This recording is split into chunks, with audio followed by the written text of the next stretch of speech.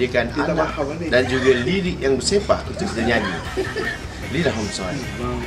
Friendship and you, yes sir, one for the mother, one for the day, one for the day, one for the day. Jadi itu kan saya taruh di bawah subtitle. Silalah nyanyi sekali dengan Home Soy. Jangan buat tu sini ya? Sini. Ni bukan untuk kau tau. Oh, kau tunggu. Untuk kau. Itu dia apa? Aku biasa bila bawa tuah keluar, kita dah setting dulu dah. Ini susu untuk 6 ang. Okey. Kenapa 3 susu 6 kan? Ni air tak sejuk, tak panas. Tak pernah. Kita kena buat suam. Oh. 4, 5. Okey. Kencang sikit, aku kena pegang sikit, takut dia bocor. Sini ya? Okey, kencang sikit dia. Kencang sikit, okey lagi.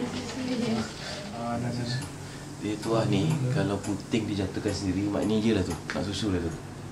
Nampak tak? Aku nak minum tadi dia marah. Tak. Tak ada apa. Ini adalah siaran luar istimewa Mama Johara bersama Home Soy. Ray dengan Hanif akan menukar lampin. Dan kita tengok cabaran dia sebab tuah tak boleh duduk diam nak tukar lampin.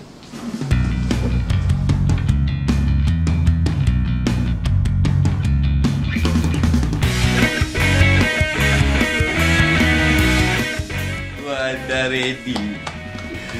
Sekarang ni pukul 8 dan dalam pukul 8 ni adalah masa untuk dia tidur balik. Tapi sekarang ni ramai orang agaknya dia excited. Dia tak ada buat-buat muka nak tidur. Yes, berjaya tau tukar lampin. Ya, dan tangan kena ni sabun je okey. Siapa ni? Masa terkena tadi.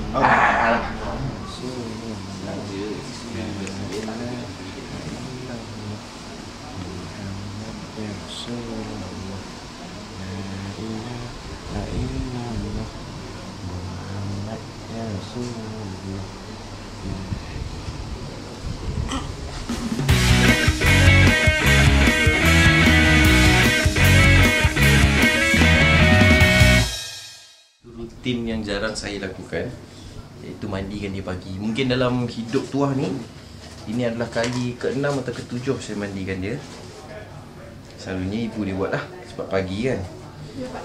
Dan saya dah makin lama makin okey dah mandikan, dulu tak kerti. Macam ni lah dia ulang kan. Ya, kejap keringkan dulu.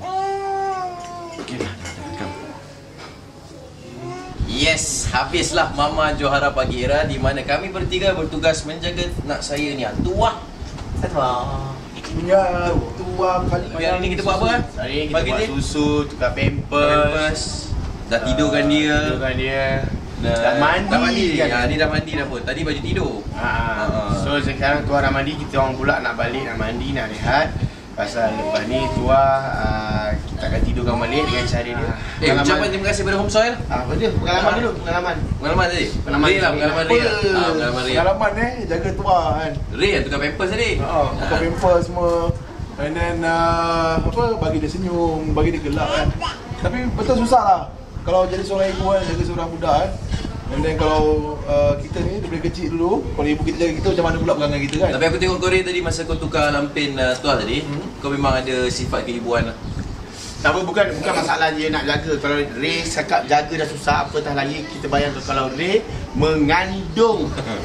Asal nak bayangkan pula? Tak adalah dia cakap kalau dah jaga susah, kalau mengandung. Tak payah bayangkan lah. Okey, mungkin anda nampak cara profil memang nampak dia nampak macam 6 bulan. Tapi tengok balik depan, tak ada kan? nampak kurus sangat kan? Jadi terima kasih kepada Home Soy kerana memberi peluang kepada kami untuk